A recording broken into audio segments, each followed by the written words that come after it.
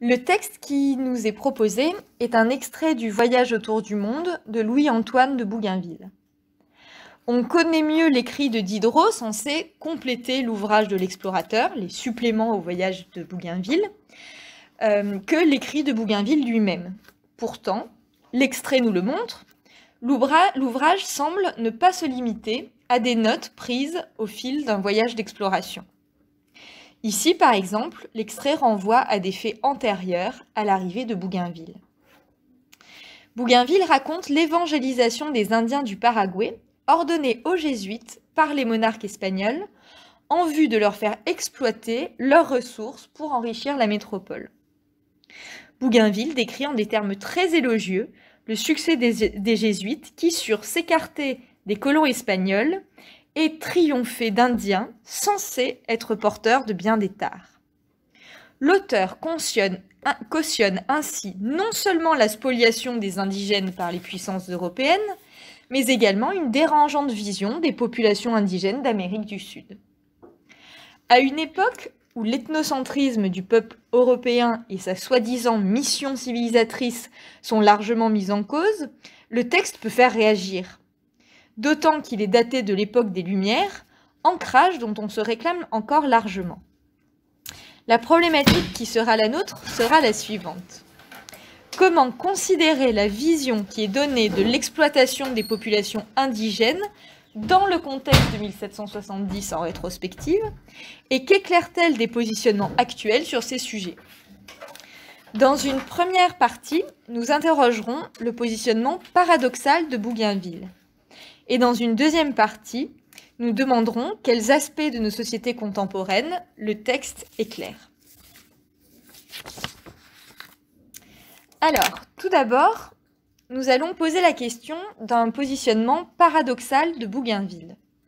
Ce qui nous fait dire que ce positionnement est paradoxal, c'est qu'il n'illustre pas la position des auteurs des Lumières que nous connaissons, nous y reviendrons, et qu'en même temps, il est représentatif de quelque chose qui est caractéristique du XVIIIe siècle, à savoir l'opinion publique, Louis-Antoine de Bougainville, navigateur, s'exprimant ici sur des questions politiques.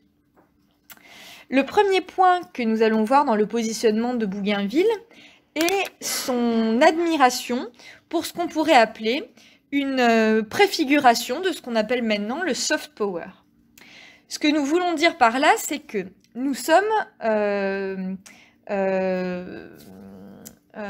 étonnés du degré de cautionnement qu'accorde Bougainville à ce qu'on peut maintenant considérer comme l'appropriation des terres et des fruits du labeur des personnes à qui on a pris ces terres. Donc cela peut nous révolter alors que Bougainville est plein d'admiration pour cette mise en servitude. Ce qui fait qu'il est plein d'admiration pour cette mise en servitude, c'est sans doute qu'elle se fait sans sévices, alors que si l'on connaît les récits que Christophe Colomb a fait de l'attitude des premiers Espagnols en Amérique du Sud, on sait que des exactions terrifiantes y ont été commises.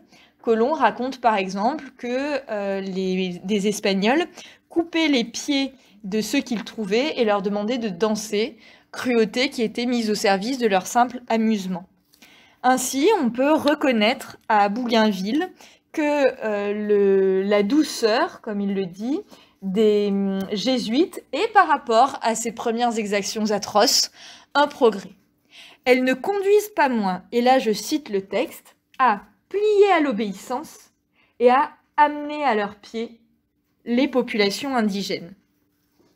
Il s'agit donc bien de mise en servitude, et c'est là que notre dissociation avec le point de vue de Bougainville se fait entière. Le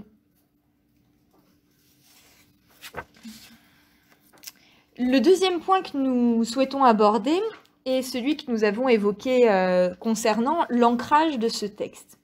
Louis-Antoine de Bougainville est navigateur et il s'exprime, non pas en tant que philosophe, sur un sujet pourtant politique, celui de l'articulation des polarités, de la monarchie, du profit et de la mise en servage d'une partie de la population.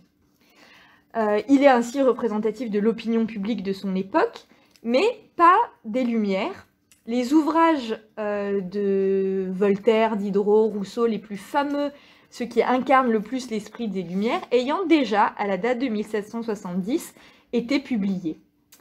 Dans Supplément au voyage de Bougainville, Diderot revient sur les écrits de l'auteur dont nous avons ici un extrait pour livrer une autre vision des populations indigènes, vision laudative, mais non moins critiquable, parce qu'elle réduit la culture de ces populations à une forme d'image d'Épinal qui ne rend pas compte de leur complexité. Quant à Voltaire, dans Candide, il mettra en scène la rencontre de Candide et de Pangloss, son maître, avec un esclave en Amérique du Sud, le nègre de Suriname, qu'il croisera dans un état pitoyable et qui dira cette phrase tristement célèbre « C'est à ce prix que vous mangez du sucre en Europe ». Donc, qui corrèle directement les souffrances de ceux qui sont mis en servage avec la douce consommation à des milliers de kilomètres de là par les Européens. Bougainville décrit donc en termes élogieux une entreprise certes moins terrible que celle qui décima des populations entières, mais qui n'en est pas moins porteuse d'une idéologie fondée sur l'exploitation des populations indigènes.